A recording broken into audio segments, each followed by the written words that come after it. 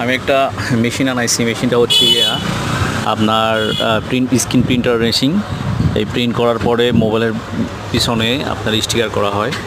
তো আসলে মেশিনটা কানেক্ট করাতে পারছি না ওয়াইফাইয়ের সাথে। তো মেশিনটা চার্জ দেওয়ার পরে আপনার ম্যাক ভার্সনের একটা লেখা আসে। তো এটার সাথে কানেক্ট হবে ওয়াইফাই। হ্যাঁ,